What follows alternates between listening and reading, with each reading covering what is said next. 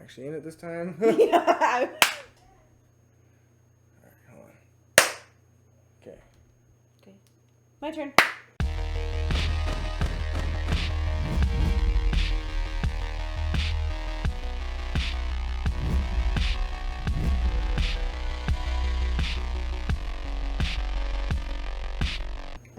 Oh shit, I forgot to fucking put on a hat. Because God wants you to wear a hat. God wants you to wear a hat. Hey, what's up guys? It's Choppy Flops. And cat. And today we're gonna go ahead and go over Loki. I'm gonna kind of recap it, and then we're gonna go over a few talking points, kind of give a review, what we think of it. Don't forget to subscribe, leave it a like. Go ahead and share this with somebody else who's into the Marvel Universe, into Loki. Spread the love. Okay, so we start off the episode seeing a recap from Avengers Endgame, where we see Loki grabbing the TeknoAxe, dipping out. He ends up getting caught in the Gobi Desert, where he gets shot out, and some people show up. They put this little thing on him that slows down time. We find out later that this is the Time Variance Authority. More on them here in a little while. We see that the TVA is actually resetting the timelines in some way. I'm not sure what exactly that means. We'll talk about that some more. We see Loki. He gets processed along with some random scroll. I'm not exactly sure, where he comes from. It's some sort of variant. Maybe something to do with Skrull invasion. We'll see. We've also got some random guy that comes into play a little bit more later in the intro. It's during this processing that we see the receptionist Casey actually grabs a hold of the Tesseract. He kind of is like, okay, I'll go ahead and put this away for, I guess, evidence or something. That definitely is important later in the episode. We get to see a bunch of little processing hijinks, such as, he has to sign for, every little word he said up to the minute. He said, what, and he has to sign for that. We see, they ask, are you a robot, that you know of? He's not even sure if he's a robot for a second. Yeah, we get a couple of good chuckles out of that. Then we get this ticket line where we see an animated intro, and we're shown what variants actually are, what the TVA is, or why they exist. And then that kind of leads into the logo, the intro for the show. It's right here. I want to go ahead and say that I'm going to go ahead and we're going to be spoiling pretty much everything for the entire episode from here on out. So if you haven't seen the episode, go ahead and watch it, get yourself caught up, and then come back here and let us know what you thought of the episode, and let us know what you think of our video. So after the intro, we find out that Owen Wilson and his little team, they're kind of investigating these murders of different units within the TVA. This kind of leads into Loki's hearing for, whether or not he's guilty of his crime against the sacred timeline. It's here that he's sentenced to be completely reset, which we can only be led to assume it means just pretty much erased. And it's here that he's recruited by Owen Wilson. We're not exactly sure what for, but he says, he thinks he can use something and get something out of him.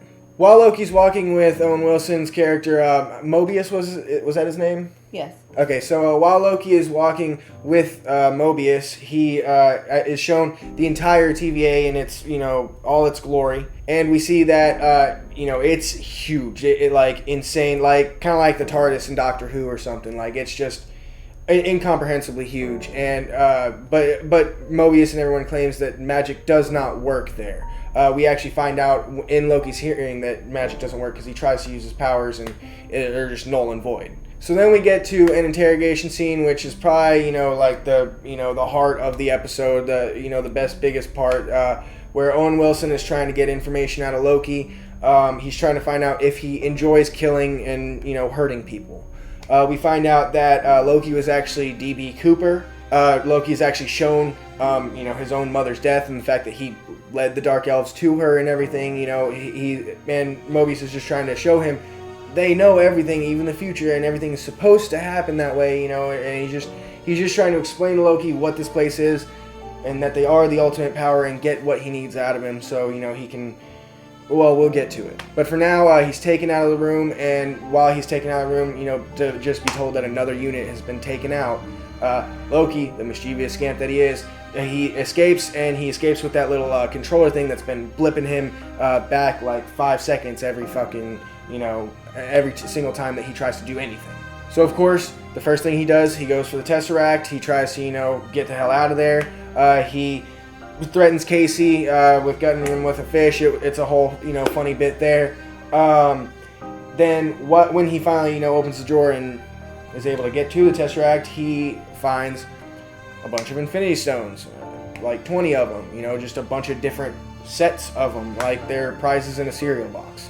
It's here that he finally understands that the TVA is this ultimate authority, that they do have all of this power to have the Infinity Stones just lying around, and for them to get so many of them all the time, and for them none of them to have any effect on anything there, and for people to just be able to wield them normally without really any consequence. It kind of shows him that, okay, maybe I should listen, and he goes to see the rest of his future and how everything plays out. After the file ends, once he sees his own death, he is tasked with overpowering the task force leader, and he ends up taking her out and kind of torturing her with that little time device that he had stolen, just to kind of add insult to injury, kind of give her a little payback. So it's at this point that Mobius makes his way back into the room, and he talks with Loki. He finds out that really Loki only hurts people as an act to gain control. He's just he doesn't like hurting people. He's just trying to control them.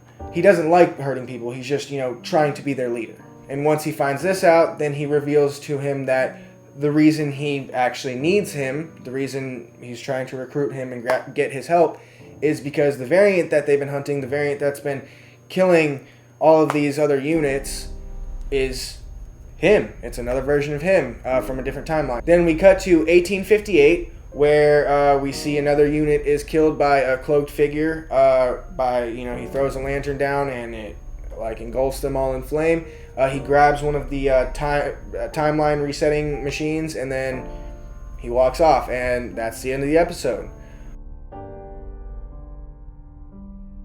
I was super happy with this episode. There was a lot of hype behind the whole thing to begin with, especially with how good WandaVision was, and then that was followed up with how good Falcon and the Winter Soldier was.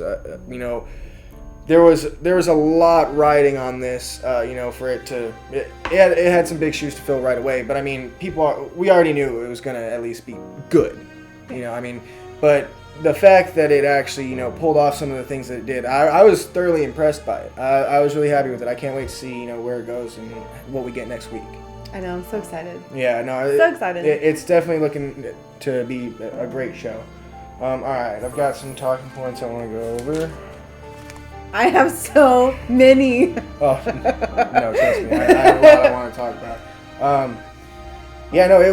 So the episode was an hour long, which was a little different from Falcon and Winter Soldier. Falcon and Winter Soldier kind of varied between 45 minutes to an hour for each episode.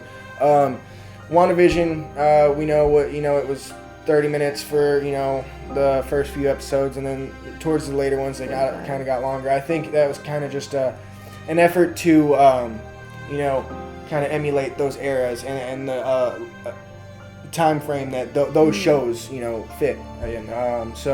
I think in that sense they did a good job. When Loki came around, I didn't know if they were going to do the 30-minute blocks or the hour-long blocks. I'm happy they did the hour-long blocks. It's weird. Not a lot happened in the show, in the episode, but at the same time, a ton happened. It's an odd. I mean, just like in the TVA, it's almost like in Loki, time works differently. Exactly. Exactly. It's kind of cool. I actually, speaking of the pacing, I kind of want to talk about at the very beginning of the show, from the very start of it to the intro. I thought it was a bit of an odd choice, but the pacing was kind of slow, and at first I was kind of starting to worry. I was like, I don't know, I really was hoping that this was going to be a higher, more amped up show, but I think that it was kind of trying to give you that sense of that long dreading, oh my god, how processing, getting booked it takes forever. You know, it's that feeling of like, oh, Jesus, come on, let's just get through it already. Let's get to the good stuff, man. We know it's all about time travel and craziness and wild stuff. We want to see it. Come on, give it to us. You know, but I'm gonna fast forward. But watching it the second time, I do have to say I thoroughly enjoyed the bits more because I wasn't so worried about, oh my God, is this going to be good? You know, I was able to kind of laugh a little more, and I found the bit, especially specifically the bit where he thought he was a robot, you know, and wasn't sure. I thought that was really funny. Yes.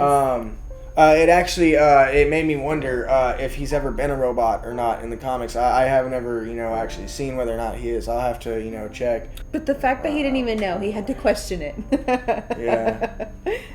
But okay, getting to the part where he got caught in the Gobi Desert, I wanted to talk about the fact that the way the leader just showed up, like the leader of the little task force, how it just kind of like built up like she's this bad bitch that all of us should know. It was like, who are you? Right, the fact that he explained himself. And to those people who had no idea like, who he was. Yeah. What are you doing? Yeah, that was hilarious. That really was hilarious because he's sitting there, the name of the episode, he's talking about, I'm burdened with glorious purpose and all this, and they're like, who are you? They don't even understand what he's saying, much less who the hell he is. Yeah, no, that was great. Yes, but yeah, I mean, I got the same. I felt the same way that those people did when the TVA leader showed up, and it was like, yeah, and it was like it was supposed to be this reveal, but it was like, what? Yeah, no, I feel those people though. Yeah, exactly. It's very. I do have to say though, speaking of that scene, I want one of those collars that like slows down shit, whether it be for me or to mess with people. I think it would be hilarious, and that would open up so many possibilities. It would be so funny. Yeah, I would. Now should I have one of those collars? Definitely not. But do I want one? Yes. Oh yes.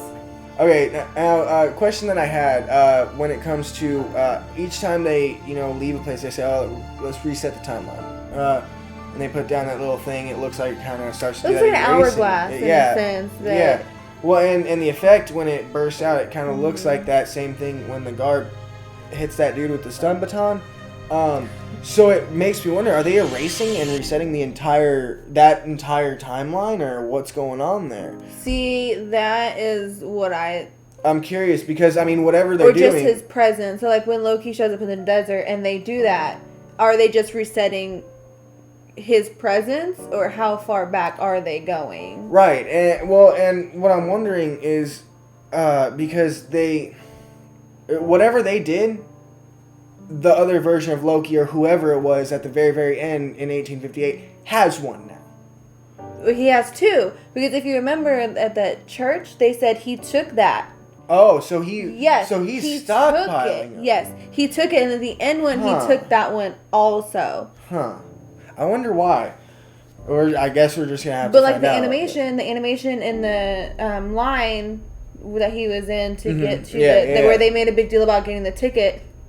I have plenty to say about that animation. Yeah.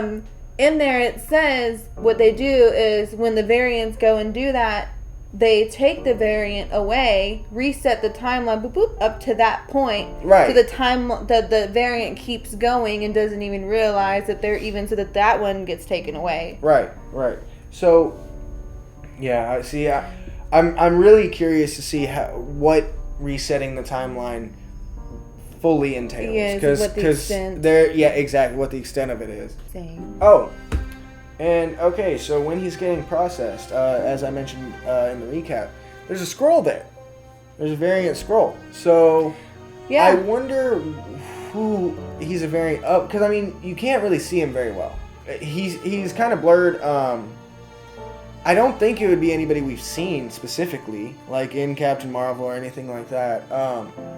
The only thing I could think is that it might be someone who's trying to like cause some sort of uprising or something like that.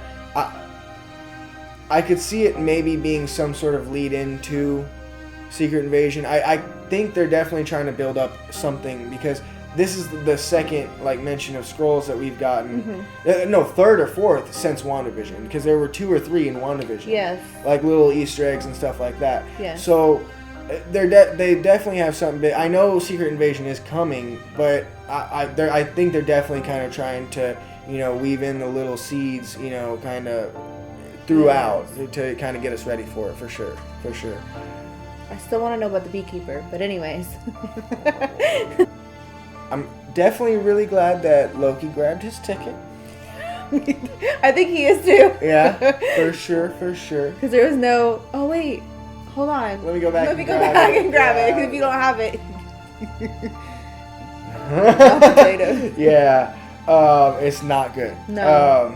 So during the ticket line, though, we get that animation that it tells us, you know, what's going on, what a variant is, all this, the timekeepers. It kind of explains all that. But a few things that popped out to me that it mentioned was that there was a multiversal war, and then the timekeepers showed up, and then they're trying to prevent another multiversal war from popping up. They mentioned the Nexus at one point in it, yes. which is huge. That was mentioned back in WandaVision in the last ad. On top of that, that's the Nexus of all realities. I mentioned that back in my WandaVision videos. And then it made me think, you know, with all of the things it mentioned, with everything that it was kind of talking about, multiversal war and all that, I think it's a huge setup for Spider-Man 3, kind of, you know, getting us, you know, geared up for that, you know, big multiverse reveal because dude, Spider-Man 3, I'm for sure is going to bust that freaking multiverse wide open, and we're going to see, you know, the full consequence of like everything going nuts.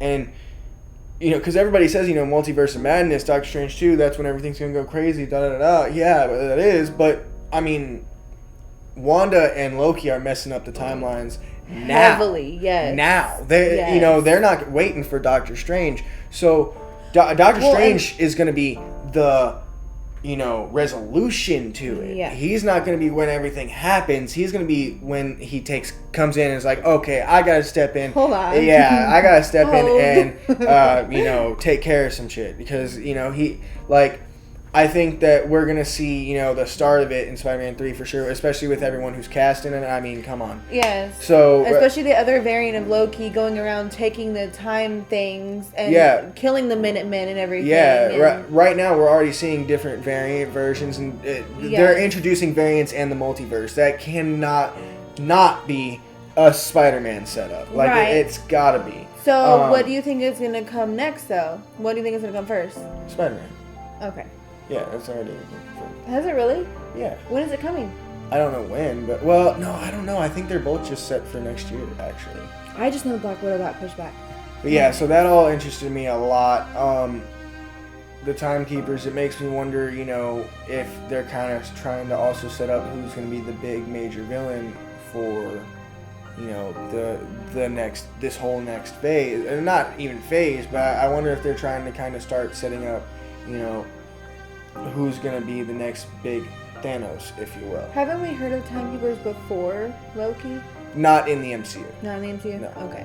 Okay, so one thing that I noticed when Owen Wilson was questioning that little girl, so at first, one thing I wanted to say was that when he, you know, points to the devil figure, I'm not going to say the M word, you know, or anything, but it made me think, immediately I was like, oh, but of course, you know, that was played to death with WandaVision. We know that that's not coming anytime soon. Not at least until, if he's going to be the villain of Doctor Strange 2, he's probably going to be introduced in Doctor Strange 2. But you know, but aside from that, I was starting to think, you know, is this, you know, a Scarlet Witch? Is she, you know, because the red and the horns, you know, it made me think, oh, is that her with the crown going around and starting to, you know, mess with the different things? Last time we saw her, she had that. Yeah, so I was starting to think, is this going to be, you know, Loki trying to, you know, help the TVA take care of Scarlet Witch, and then Scarlet Witch ending up going and, you know, screwing up the entire multiverse and not just time, you know, but obviously that came to be later that it was just Loki. But for a minute there, I was starting to think that we were going to get Scarlet Witch in this show too. I really thought that's what they were teasing. But too. I wanted to. One thing I noticed was the blue gum. I that was also in the credits. I wonder because with Falcon and the Winter Soldier, pretty much anything that showed up in the credits was either important in that episode or was important later. Same with WandaVision too. Yeah, you're not wrong. And so it makes me wonder if that bubblegum is going to come into play later. Because like I really do think that's going to be some sort. I mean, he said devil-bearing gifts. I don't know if it's just going to be that one specific gift. I don't know. It makes me curious how that's going to. And how did he get, like, what made him specifically, here's this gum, you know? Right. How did he even get it if he came straight from where he was in Endgame? That's another thing that I actually was wondering was all these different variants, you know, because clearly we're probably going to be getting him hunting different versions of himself, not just one. Right. But where did they come from in time? Yeah, there are multiple different times within the MCU that he could have jumped out of time or something.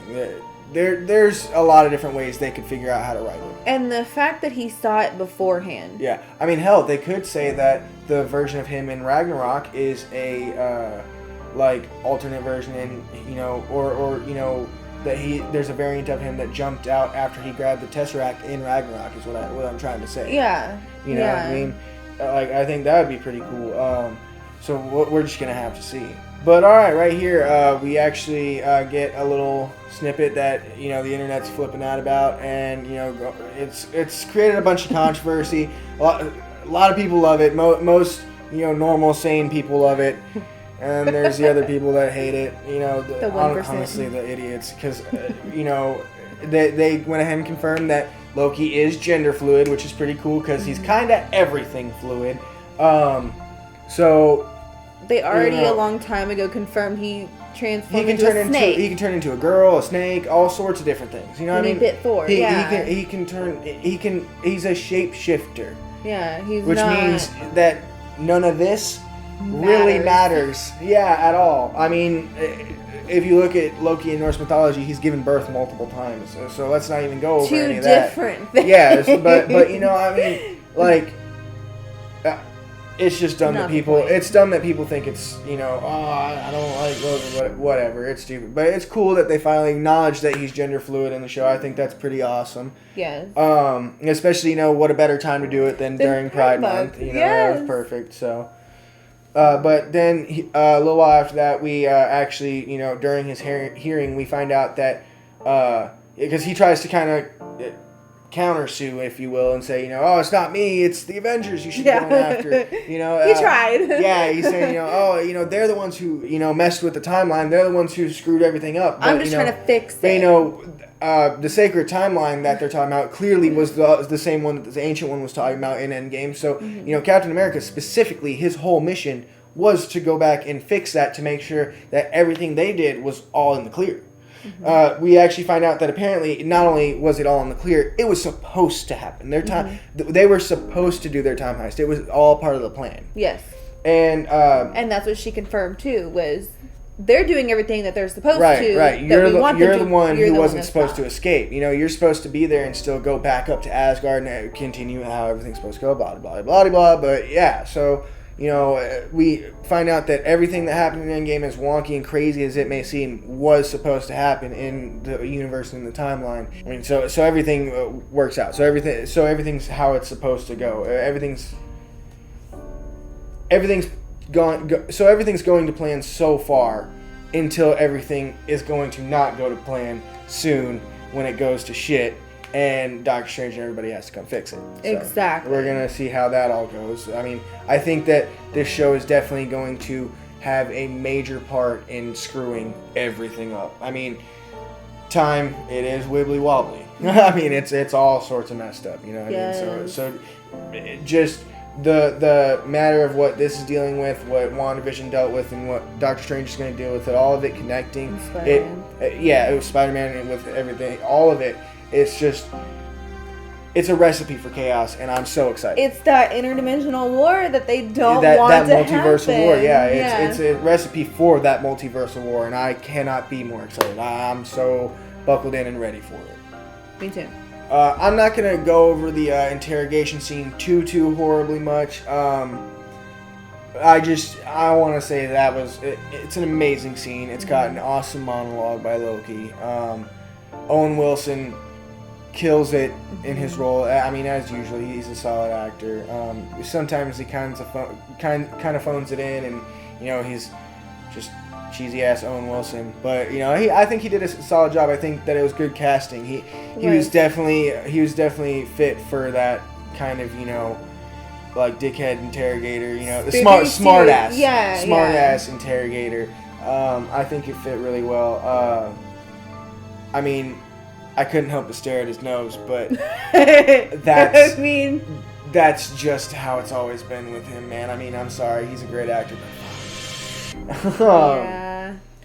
Especially with that money, get it fixed. Yeah, seriously. But I mean, hey, it's getting him attention, so. Yeah. But okay, so during the interrogation scene, one thing I did want to look into and go over is D.B. Cooper. I don't know who this guy is. I've never really heard of him. I saw that it was kind of a meme that everybody was kind of trying to, let me Google who D.B. Cooper is so I can act like I know who he is, blah, blah, blah. But seriously, I've never really heard of him. But apparently he's a real person. Oh, like in real life? Yeah, apparently D.B. Cooper is an actual person. I'm about to check it out right now. Oh. Yeah. I didn't know that either. Mm-hmm. It's like the first on the... It's because everybody's been wanting to know who D.B. Cooper is. That's funny.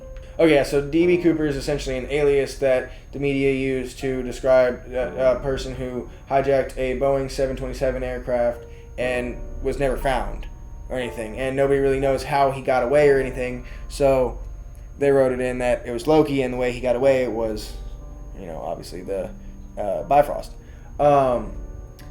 The thing that I wanted to mention about this that I thought was kind of funny is once I saw that, all I could think is, please Kevin Feige and everyone, if anyone at Marvel ever hears this, give us a little mini-series of Scourge going around and getting the stuff that he has in Ragnarok. And trying to do it in like little heists where he gets, pulled back up by one of his little buddies who's operating the freaking Bifrost. I want to see that so bad.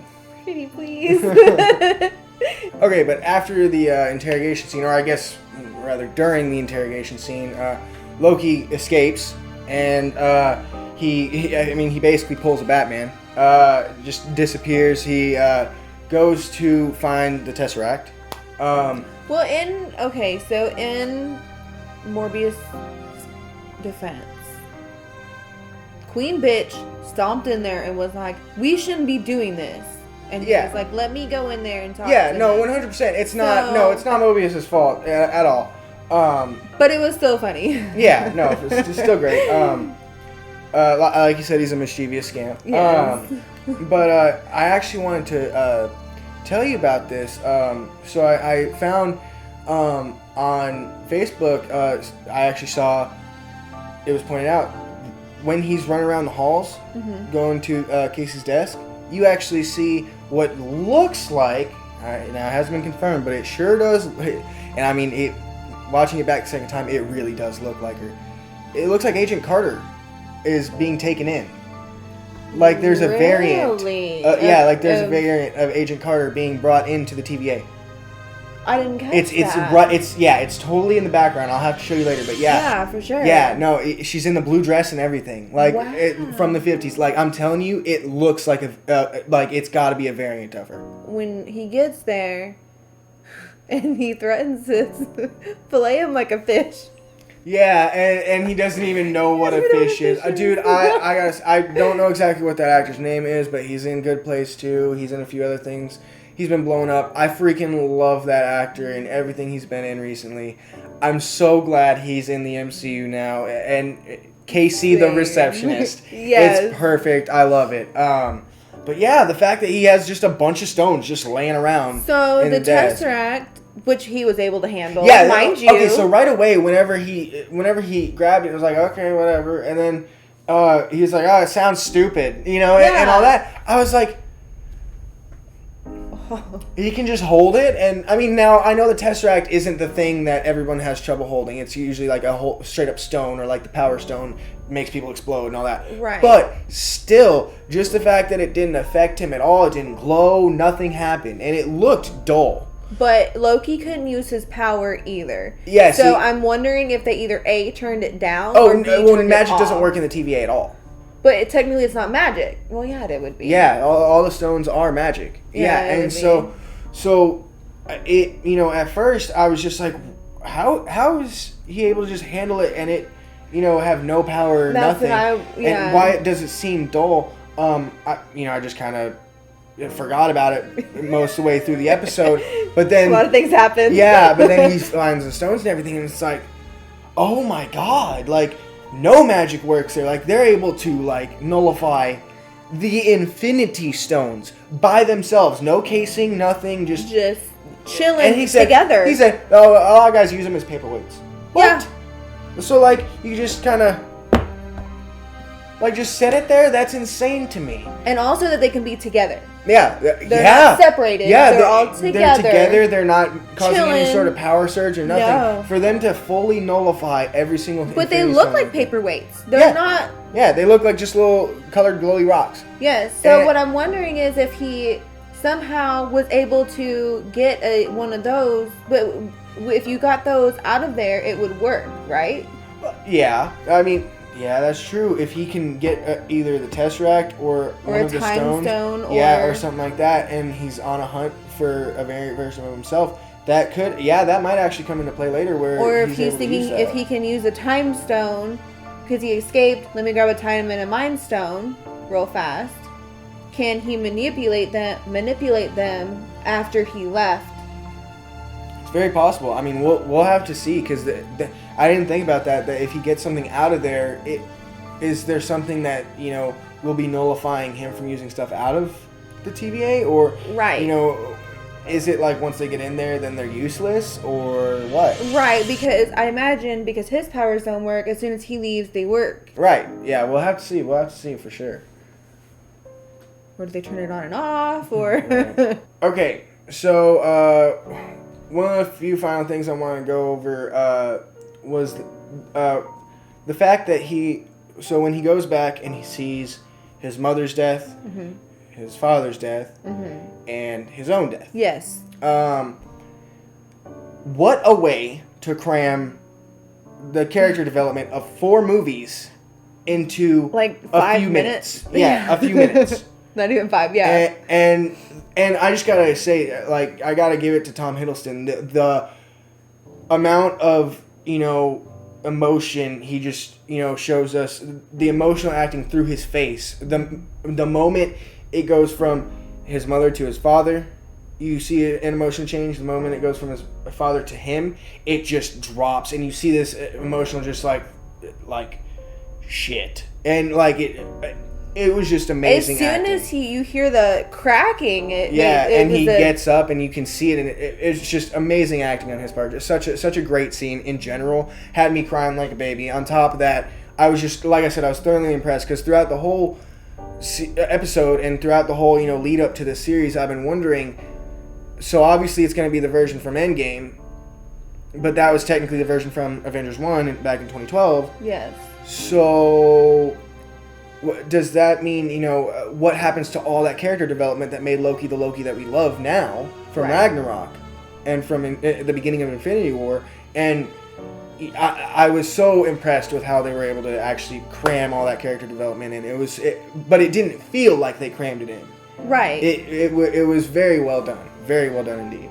It was a lot of emotion too. Yeah, a ton. And that actually is another thing I want to talk about, is just how fast this has all happened for him. Because you got to think, so it's something that he said earlier in the episode actually made me think, because he says, I've had enough of people in suits telling me what to do. And, you know, you got to think, this is fresh off of his loss in Avengers 1. Yeah. So he got sent from Thanos, got talked shit to from Thanos' underling, and then was told, okay, here's my army, take over the world, fails, and then gets lucky, says, "Oh, I'm dipping out," and then finds out after getting captured by the Avengers. Yeah, and then finds out all of this. All of this just gets dropped on him. So, in a way, you could say that, just seeing these events wouldn't affect him. But I think the frequency at which he experiencing them coming, one event after another so quickly, it makes seeing those events have that much more of an impact. And so it does make that character development, matter and actually feel real. Right. I thought that whole thing was mind-blowing. Oh, man. Okay, and so we find out at the end of this episode that Loki actually, he doesn't enjoy hurting people. It's just a mad grab for control. He's trying to basically just control people by fear. It's just a tactic.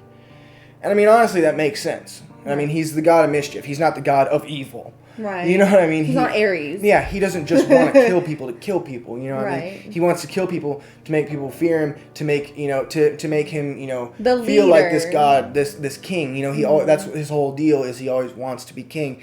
I think that's kind of cool. I mean, I'm kind of first step to treatment is admittance. You know what I mean? Exactly. Exactly. Yeah, it was kind of interesting that we actually got to hear him say it, and I love the way that they brought back, something that he was claiming the TVA was doing to, intimidate him, and say, he's like, okay, yeah, that's what I said to you guys. Yeah, that's what I'm doing. Yeah. I really love the way they did it. The way they delivered it was awesome. Oh, yes. The last thing I want to talk about is, okay, so we find out that, like we said, the variant that that Owen Wilson and everyone is hunting is another version of him. And then we see the scene in 1858 where another that cloaked figure, which is assumed to be another variant of Loki, takes out like 4 or 5 guys. So my only question is that Loki? Because the only reason, so I know that it's generally assumed to be Loki because they just told us, oh, well, we're hunting another version of you, and then it cuts to that scene. But here's the only thing is, if they're gonna come out and flat out tell us, yeah, we're hunting you, why not reveal his face at the end of that scene? And all the Minutemen are dead, so what does it matter if they saw who killed them? Yeah, so I feel like, if it was him, it would have, been like, oh, the variant we're hunting is you. Show that scene, and then at the very end, show him kind of walk towards the fire, and it reveal that it's him. But the fact that it didn't reveal at all who it was, kind of makes me think that it might not actually be another variant of Loki, at least not that person. I think that they are hunting a version of Loki, but maybe there is someone else that's causing some trouble in the show that we don't know about quite yet. You know what I mean? Yes, that's what I'm so excited for. Yeah, I can't see. wait. Do you have any idea how many episodes there are supposed to be? I haven't checked yet. No, I'll have to check. But I'm afraid to look because I don't want any recommended to go. Right, I don't want any spoilers or anything like that. Yes. But I mean, we'll just have to see. We're definitely gonna try to cover as many as we can.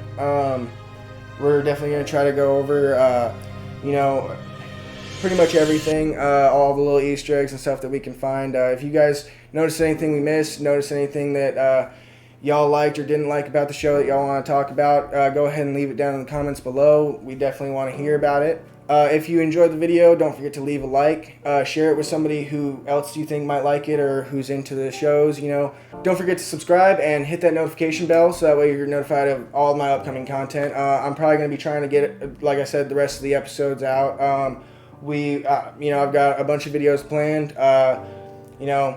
Don't want to get too much into, what's coming, but definitely going to be trying to do a few more reviews and stuff like that, so you definitely wouldn't want to miss that. But other than that, guys, I appreciate y'all watching. I hope y'all enjoyed, and as always, I hope y'all have a spectacular day. Bye.